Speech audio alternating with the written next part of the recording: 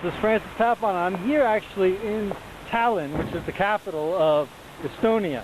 And right here is where the most controversial statue of Eastern Europe was standing.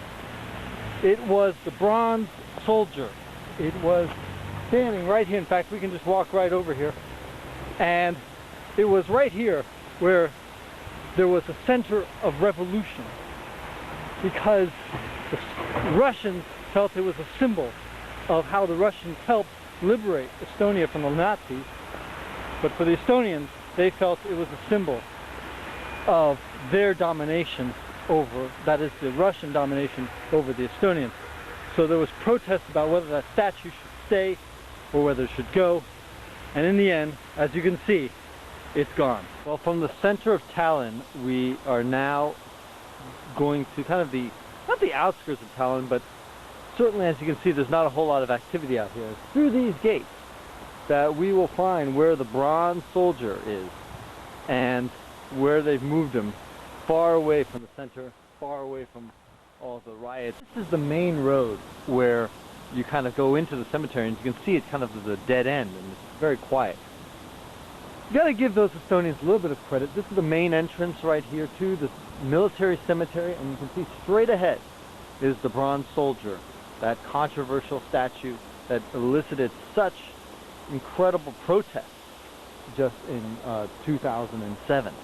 And in fact, it just really brought the whole big crisis in Eastern Europe, because people all of a sudden started fearing about what would Russia do with them.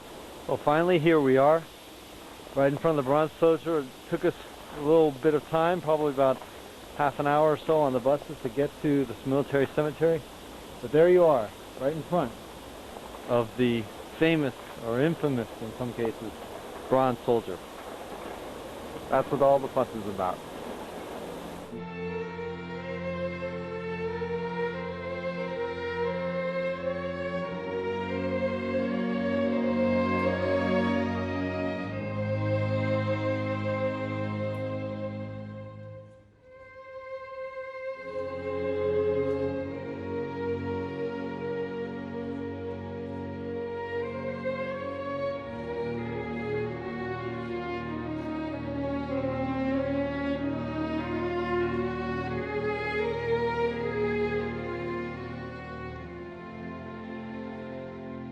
So to sum it up, what is the big problem with this statue? The big problem was that this statue represented, for Estonians, they thought this was Russian oppression.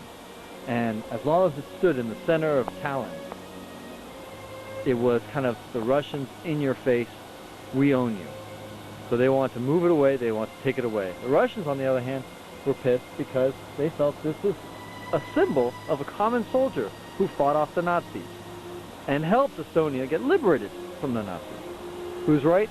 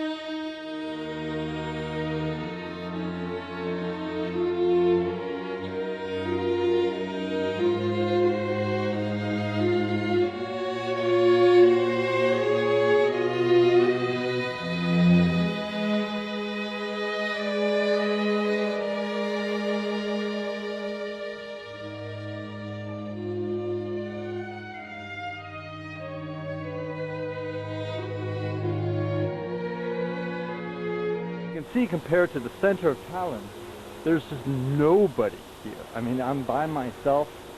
It's, I don't know, 10 o'clock in the morning here, and it's quiet as can be. Quiet as a grave. Quiet as a cemetery. Imagine that. See what this is.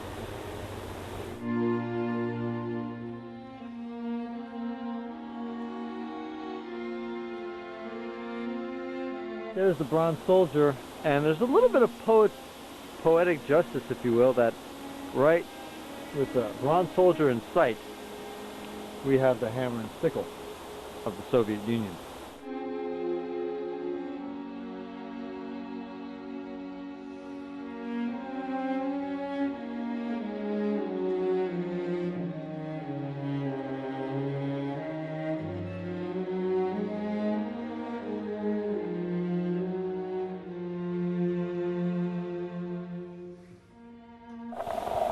My mom would look at these pictures and say, I would not want to be buried there. It looks too cold. Here's a Russian tradition to have the photos of the deceased on the gravestones themselves, which is kind of a nice touch. I like that. You know, I like to look at the faces of the people who used to be there, who live here, and wonder how they were back then. So with that, we leave the bronze soldier and we head back to Tallinn.